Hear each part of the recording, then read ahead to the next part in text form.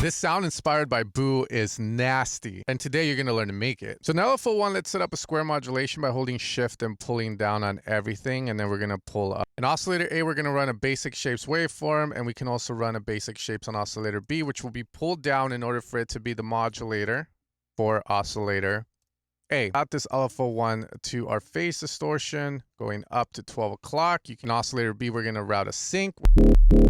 A sub oscillator, we're gonna add a triangle. In envelope 1, let's lower down our sustain. Play with the slope a bit, elongate it. Let's put our LFO1 into envelope mode.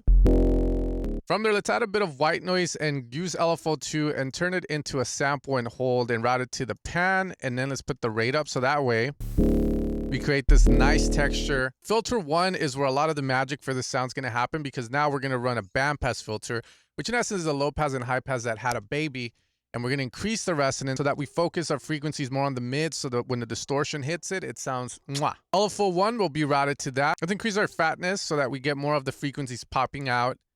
Let's add our LFO here as well to the drive. From there, in our effects section, we want to add a heavy distortion. We can go with tube, or we can create our own with the X shaper. We're in B. We can grab this guy and turn it like so, move the drive all the way to the right.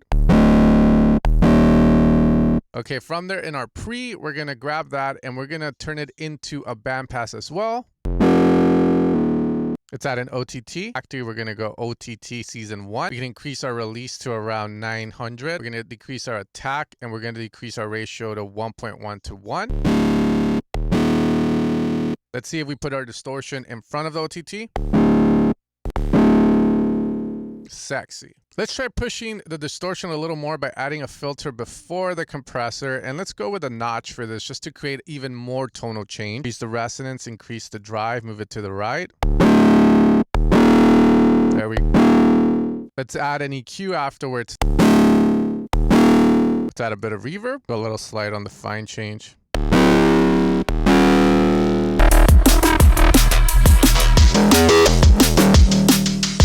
If you guys learned anything in this tutorial, consider following for more music production content.